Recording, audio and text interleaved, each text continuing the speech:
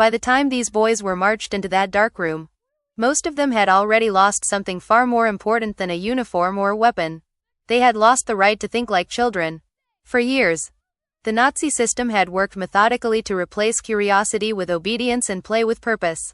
From an early age, loyalty to the state was framed as the highest form of honor, and sacrifice was romanticized as something noble rather than terrifying. By the final stages of the war, this conditioning wasn't subtle anymore. It was the only thing holding the collapsing system together. Many of these boys had grown up surrounded by banners, songs, drills, and slogans that blurred the line between childhood and service. School lessons were infused with ideology. Youth organizations trained them to march, to chant, to endure discomfort without complaint. They were told stories of heroes who gave everything for Germany, while fear and doubt were quietly labeled as weakness.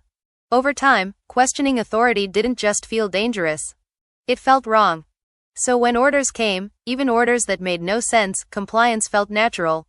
What makes this moment especially disturbing is how effectively that indoctrination worked under pressure. These weren't hardened soldiers who had learned obedience through battlefield experience. These were children whose understanding of the world had been carefully shaped so that obedience felt like safety. When they were herded into that room, confusion mixed with fear, but resistance rarely followed. They had been taught that authority always knew more than they did, and that their role was simply to endure. For many of them, the war had already taken their families, their homes, or any sense of normal life. The state had become a substitute parent, offering structure where chaos ruled. That made these boys especially vulnerable. When a uniformed officer spoke, the voice carried the weight of years of conditioning. Even silence carried meaning. Being told to wait didn't feel like abandonment. It felt like duty. Inside that dark space, childhood instincts fought quietly against learned behavior. Fear was real, but so was the belief that enduring fear was proof of loyalty.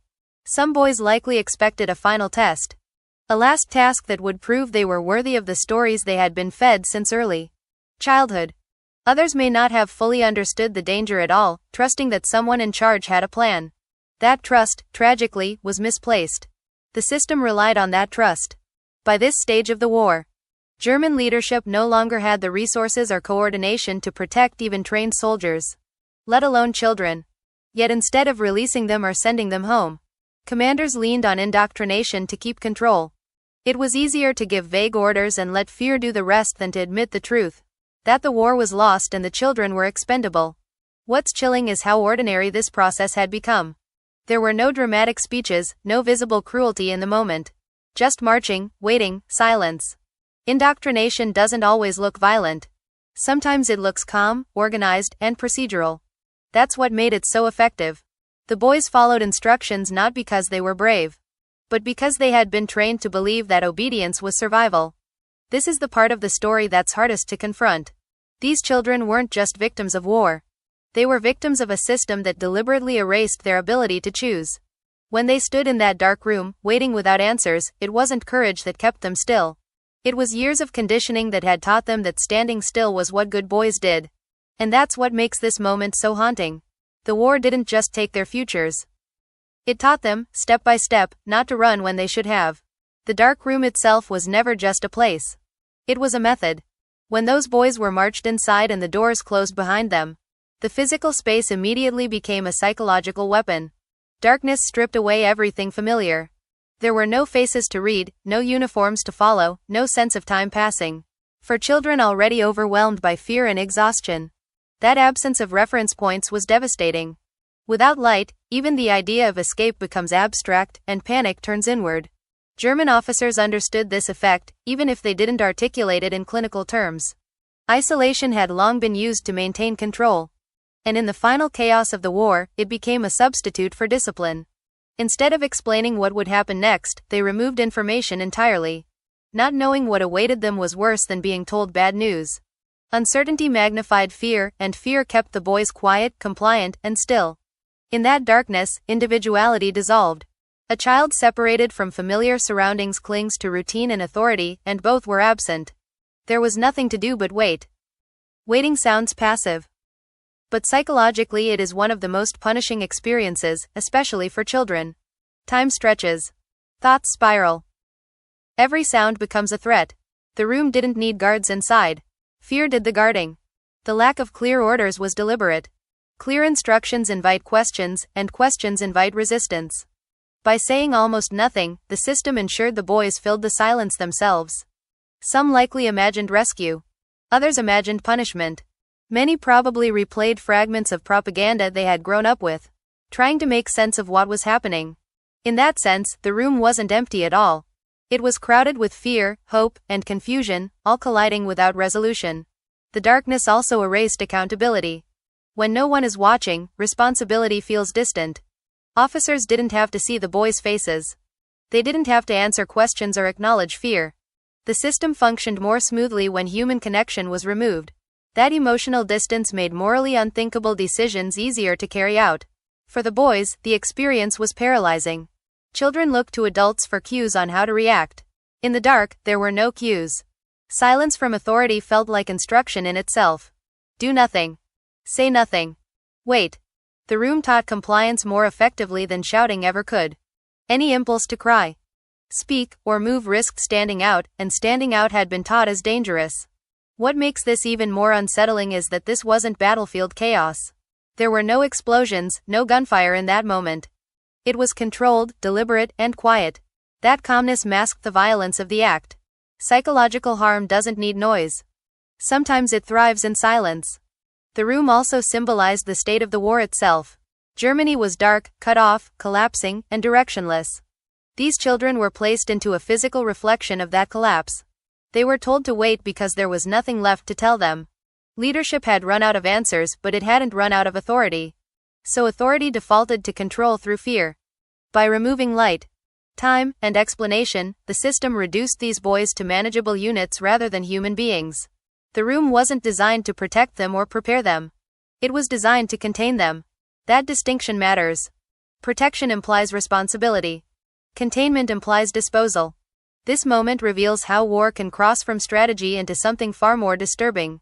The use of darkness wasn't tactical. It was psychological dominance over children who had no power to resist.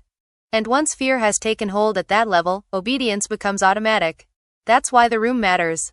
Not because of what happened inside it physically, but because of what it did to the minds of the boys forced to stand there, waiting for an ending they couldn't see and couldn't escape.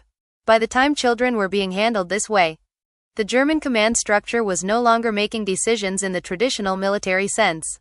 It was reacting, improvising, and in many cases simply delaying the inevitable. Orders still existed, ranks were still worn, but the purpose behind them had collapsed. Sending boys into a room and telling them to wait wasn't part of any battlefield doctrine. It was a symptom of a system that had crossed a moral line and no longer knew how to turn back. Earlier in the war, even the most ruthless policies were wrapped in the language of strategy and necessity. By the end, that language had worn thin. Experienced officers were gone, killed, captured, or sidelined. Communications were fractured. Units operated in isolation, often with no clear understanding of what was happening beyond their immediate surroundings. In that vacuum, authority became rigid rather than thoughtful. Orders were followed because there was nothing else left to hold on to. The use of children at this stage wasn't about effectiveness. Anyone with military sense understood that poorly trained, terrified boys could not change the outcome of the war. What they represented instead was a refusal to admit defeat. Leadership clung to the idea of control even when control no longer had a purpose. Preserving the illusion of command mattered more than preserving lives. For the boys, this collapse of leadership was invisible but deeply felt. They were still expected to obey, to trust, to wait. Yet the people giving those orders no longer had a plan. Only fear of what would happen if they stopped giving orders at all. This is how systems become dangerous in their final moments. Not because they are powerful, but because they are empty. Moral responsibility didn't disappear, but it was diffused. No single officer had to acknowledge the full weight of what was happening. Each step could be justified as following procedure, maintaining order, preventing chaos. The cumulative effect, however, was devastating. Children were placed in situations where survival depended entirely on decisions made by people who had already surrendered their own judgment. What makes this moment especially grim is that it wasn't driven by hatred toward the children themselves. It was driven by indifference. When systems collapse, indifference can be more lethal than cruelty. The boys became obstacles to be managed rather than lives to be protected. Waiting became a solution because it postponed responsibility. This is where the moral line was fully crossed. War always creates victims, but there is a difference between tragedy and abandonment. These children weren't caught in crossfire. They were deliberately removed from agency and left in limbo. The act of telling them to wait, without explanation or support, was a final act of control in a world where control no longer served any meaningful goal. In retrospect, this moment stands as evidence of how ideology can outlive reason. Even as defeat was unavoidable, the structure that demanded obedience remained intact. It demanded loyalty without offering protection. That imbalance is what defines moral failure in wartime leadership. For those children, the war didn't end with a surrender announcement or a ceasefire. It ended in that room, in that waiting. Not because the enemy defeated them, but because the system they trusted stopped seeing them as human beings. And that's the uncomfortable truth this story leaves us with. The final collapse of a regime isn't always loud or dramatic. Sometimes it's quiet, procedural, and carried out on the smallest and most vulnerable people. Long after the war has already been lost.